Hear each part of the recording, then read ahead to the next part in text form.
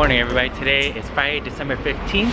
So today, first thing on the agenda is coming back to LKK to get these egg waffles. So if you didn't watch the video yesterday, I had these last night and these were actually really good. So these are like super soft waffles, but a little bit chewy on the inside. So it's kind of like a mochi texture in a way when you take a bite through it, but it has a crispy, flaky outside like eating a waffle. Really good, really cheap too. It's about like $2 and something, $2.50 for one, and definitely is an easy snack for me to get. So we're actually pretty close to Avenue of the Stars, which is like the Hollywood Boulevard where the Walk of Fame is, where all the stars are with all the celebrities. They have one here in Hong Kong as well, so I'm gonna visit that area. And then I saw this sign on the way here, which is Hong Kong food trucks, which is pretty awesome. So here's our food truck scene. Another food truck just pulled up. So I think I'll wait for them to set up. And then what we'll do is we'll go to Avenue of the Stars and then we'll backtrack towards this food truck. Actually want to taste it. Need to endure and not eat. Alright, so I just found out that the Avenue of the Stars is under construction and they relocated to Garden of the Stars, which is down the street instead. We have an awesome view here, but they're doing construction here, so it's not as peaceful and serene that you may think it is. The renovations around this place is complete if you go to Hong Kong today, so it's going to look a bit different from what I'm showing you here in the video. But along this walkway, there's going to be many spots where you can take photos and videos of the other side of Hong Kong across Victoria Harbour. When I was here, most of the celebrity statues and plaques were located at the Garden of Stars, which is quite similar to the Hollywood Walk of Fame. If you visit this area now, most of the construction is finished. There's now a waterfront walkway called the Avenue of Stars, and most of the celebrity statues and plaques were moved to this walkway. Oh yeah, so after a little bit of exploring, this vendor is finally open. Let's see what they have here on their menu. Rice bowls, the rice bowl sounds good. Chicken wing sounds pretty good too. Alright, here's my braised beef bowl. So there's rice in here, my super, it looks like it's super tender beef. And then here are radishes, I believe. And it looks like they're super soft as well. And then here is my iced tea. So lemons on top, tea at the bottom.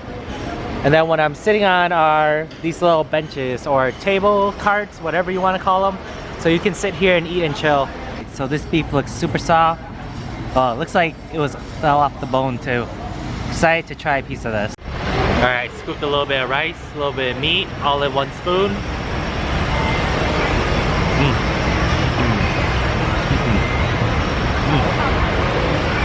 Oh, this is good.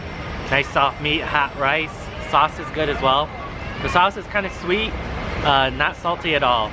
And it kind of tastes like there's soy sauce in it, but I'm not too sure exactly what's been put into here. But this braised beef, definitely excellent here. Alright, I'm gonna try my iced tea.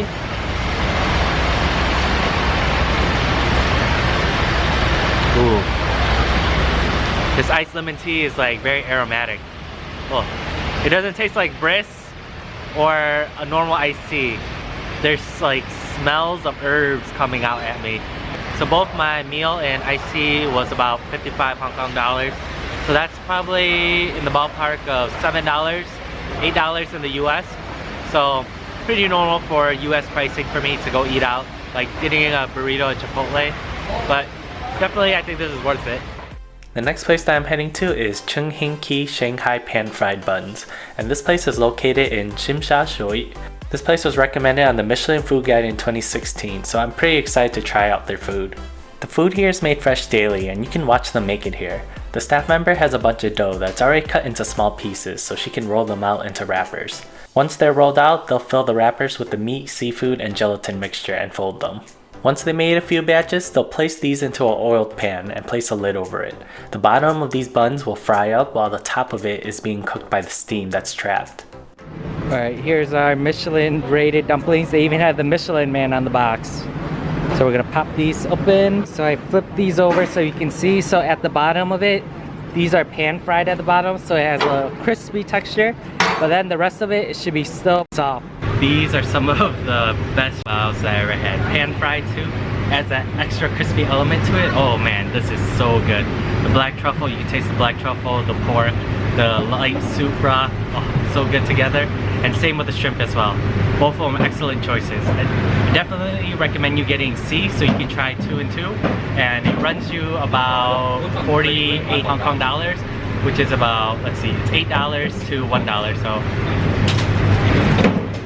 So about $5, I think. I hope my math is right. So about $5 you can get the 2 and 2 combo set. But this place is definitely legit. I think the truffle one may be better than the Din Tai Fung Xiaolong Bao that I had in Taiwan. So I think it's because I actually enjoyed the crispy element of it being fried. It adds that extra little touch, but oh man, these are good. Looks like while wandering around, we're in front of Fat Boy Shop. This one looks like it made it to the guide for 2017. So here we have is our octopus. Put some kind of sauce on it. The middle is a sausage. And then the last one is our intestine. But I'm gonna take a bite into this.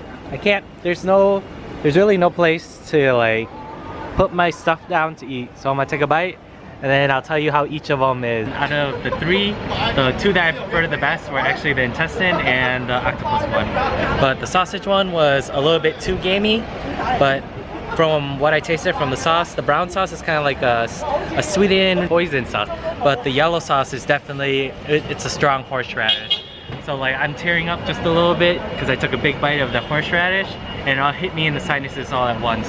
But these 3 skewers were about 26 Hong Kong dollars. So it runs about $1 a skewer. So definitely must try. They have about 6 or 7 different types, but I don't think I'm gonna try them all.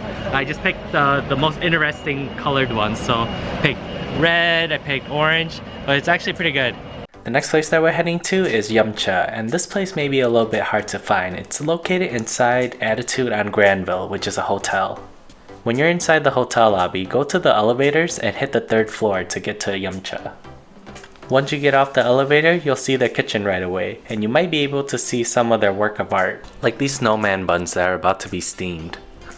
I just got seated and got their menu, and the dishes look so delicious from the photos.